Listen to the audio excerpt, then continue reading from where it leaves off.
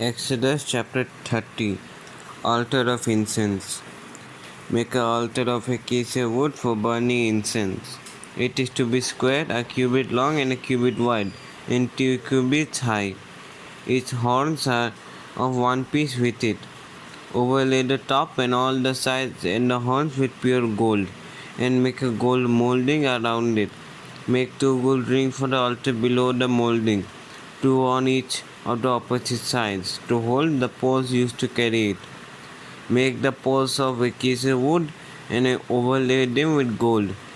Put the altar in front of the curtain that sees the Ark of the Covenant law, before the atonement cover that is over the tablets of the covenant law, where I will meet with you. Aaron must burn fragrant incense on the altar every morning when he tests the lamps. He must burn incense again when he lights the lamps at twilight, so incense will burn regularly before the Lord for generations to come. Do not offer on this altar any other incense or any other offering or grain offering. And do not pour a drink offering on it.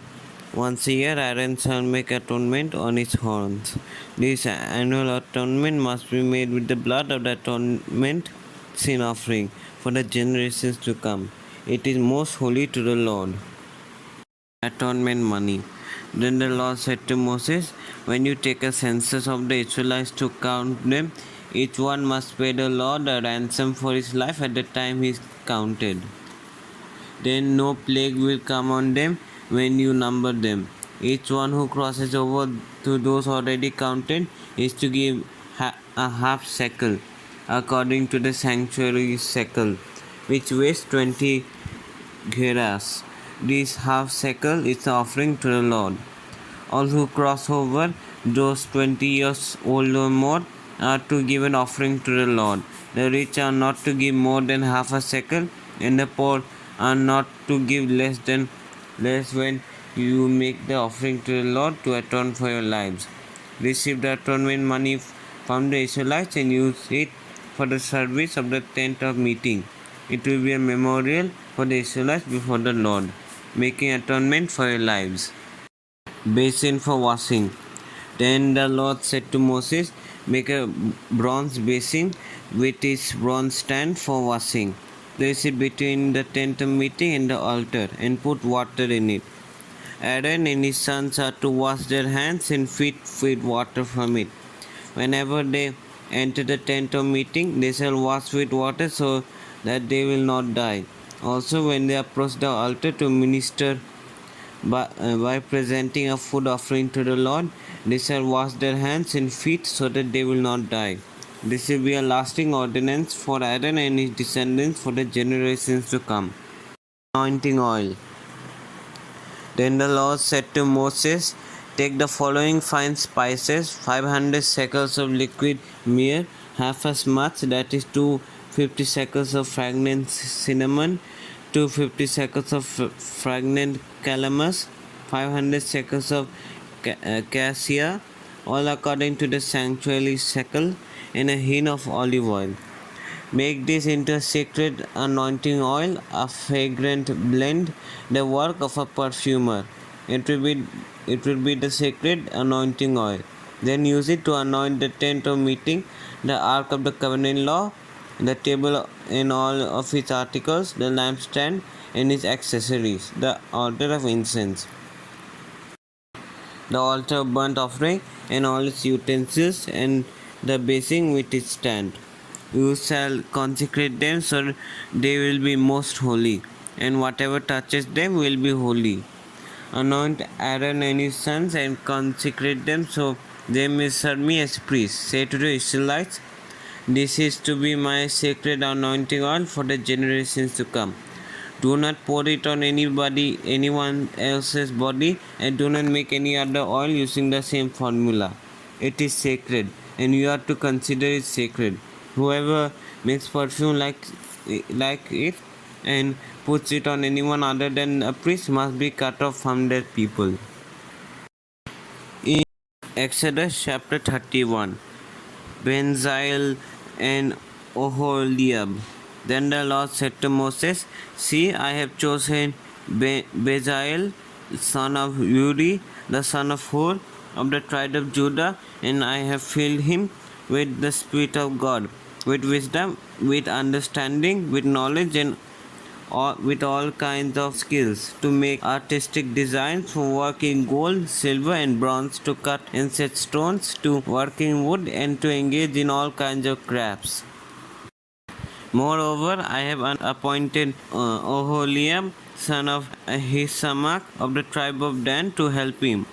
Also, I have given ability to all the skilled workers to make everything I have commanded you: the tent of meeting, the ark of the covenant law, with the atonement cover on it, and all the other furnishings of the tent, the table and its articles of the pure gold lampstand, and all its accessories, the altar of incense, the altar of burnt offering, and all its utensils, the basin with its stand, and also the woven garments, both the sacred garments for Aaron the priest, and the garments for his sons when they serve as priests, and the anointing oil and fragrant incense for the holy place.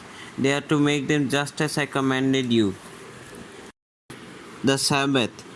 Then the Lord said to Moses, Say to the Israelites, You must observe my Sabbaths. This will be a sign between me and you for the generations to come, so you may know that I am the Lord who makes you holy. Observe the Sabbath because it is holy to you. Anyone who desecrates it is to be put to death. Those who do any work on that day must be cut off from their people. For 6 days work is to be done, but the 7th day is a day of the Sabbath rest, holy to the Lord. Whoever does any work on the Sabbath day is to be put to death. The Israelites are to observe the Sabbath, celebrating it for the generations to come as a lasting covenant. It will be a sign between me and the Israelites forever. For in 6 days the Lord made the heavens and the earth, and on the 7th day he abstained from work and rested. When the Lord finished speaking to Moses on Mount Sinai, he gave him 2 tablets of the covenant law, the tablets of stone inscribed by the finger of God. Exodus 32, the golden calf. When the people saw that Moses was so long in coming down from the mountain, they gathered around Aaron and said, Come, make us gods, and who will go before us. As for this fellow Moses who brought us up out of Egypt, we don't know what has happened to him. Aaron answered him, Take off the gold earrings that your wives, your sons, and your daughters are wearing, and bring them to me. So all the people took their earrings and brought them to Aaron. He took what they handed him and made it into an idol cast in the shape of a calf, fastening it with a tool. Then they said, These are your gods, Israel, who brought you out of Egypt. When Aaron saw this, he built an altar in front of the calf and announced, Tomorrow there will be a festival to the Lord. So the next day the people rose early and sacrificed burnt offering and presented fellowship offerings. Afterward they sat down to eat and drink and got up to indulge in revelry. Then the Lord said to Moses, Go down, because your people whom you brought up out of Egypt had become corrupt. They have been quick to turn away from what I commanded them, and have made themselves an idol cast in the shape of a calf. They have bowed down to it and sacrificed to it, and have said, These are your gods, Israel, who brought you up out of Egypt. I have seen these people, the Lord said to Moses, and they are a stiff-necked people. Now leave me alone, so that my anger may burn against them, and that I may destroy them. Then I will make you into a great nation. But Moses sought the favor of the Lord his God. Lord, he said, Why should your anger burn against your people whom you brought out of Egypt with great power and a mighty hand? Why should the Egyptians say, It was with evil intent that he brought them out to kill them in the mountains, to wipe them off the face of the earth? Turn from your fierce anger, relent, and do not bring disaster on your people. Remember your servants Abraham, Isaac, and Israel, to whom you swore by your own self, I will make your descendants as numerous as the stars in the sky, and I will give you descendants all this land I promised them, and it will be their inheritance forever. Then the Lord relented and did not bring on his people the disaster he had threatened. Moses turned and went down the mountain with the 2 tablets of the covenant law in his hands. They were inscribed on both sides, front and back. The tablets were the work of God. The writing was the writing of God engraved on the tablets. When Joshua heard the noise of the people shouting, he said to Moses, "There is the sound of war in the camp." Moses replied, "It is not the sound of victory, it is not the sound of defeat, it is the sound of singing that I hear." When Moses approached the camp and saw the calf and the dancing, his anger burned and he threw the tablets out of his hands, breaking them to pieces at the foot of the mountain. And he took the calf they had made and burned it in the fire. Then he ground it to powder, scattered it on the water, and made the Israelites drink it. He said to Aaron, "What did these people do to you, that you led them into such great sin?" "Do not be angry, my lord," Aaron answered. "You know how prone these people are to evil. They said to me, 'Make us gods who will go before us.' As for this fellow Moses who brought us out of Egypt, we don't know what has happened to him." So I told them, "Whoever has any gold jewelry, take it off." Then they gave me the gold, and I threw it into the fire, and out came this calf. Moses saw that the people were running wild and that Aaron had let them get out of control and so become a laughing stock to their enemies. So he stood at the entrance to the camp and said, "Whoever is for the Lord, come to me." And all the Israelites rallied to him. Then he said to them, "This is what the Lord, the God of Israel, says. Each man strap a sword to his side. Go back and forth throughout the camp from one end to the other, each killing his brother and friend and neighbor." The Levites did as Moses commanded, and that day about 3,000 of the people died. Then Moses said, "You have been set apart to the Lord today, for you were against your own sons and brothers, and he has blessed you this day." The next day Moses said to the people, "You have committed a great sin, but now I will go up to the Lord, perhaps I can make atonement for your sin." So Moses went back to the Lord and said, "Oh, what a great sin these people have committed. They have made themselves gods of gold, but now please forgive their sin. But if not, then blot me out of the book you have written." The Lord replied to Moses, "Whoever has sinned against me, I will blot out my book. Now go, lead the people to the place I spoke of, and my angel will go before you. However, when the time comes for me to punish, I will punish them for their sin." And the Lord struck the people with a plague because of what they did with the calf Aaron had made. Exodus chapter 33. Then the Lord said to Moses, "Leave this place, you and the people you brought up out of Egypt, and go up to the land I promised on oath to Abraham, Isaac, and Jacob, saying, 'I will give it to you, your descendants.' I will send an angel before you and drive out the Canaanites, Amorites, Hittites, and Perizzites, Hivites, and Jebusites. Go up to the land flowing with milk and honey. But I will not go with you, because you are a stiff-necked people, and I might destroy you on the way." When the people heard these distressing words, they began to mourn, and no one put on any ornaments. For the Lord had said to Moses, "Tell the Israelites, you are a stiff-necked people. If I were to go with you even for a moment, I might destroy you. Now take off your ornaments, and I will decide what to do with you." So the Israelites stripped off their ornaments at Mount Horeb, the tent of meeting. Now Moses used to take a tent and pitch it outside the camp some distance away, calling it the tent of meeting. Anyone inquiring of the Lord would go to the tent of meeting outside the camp.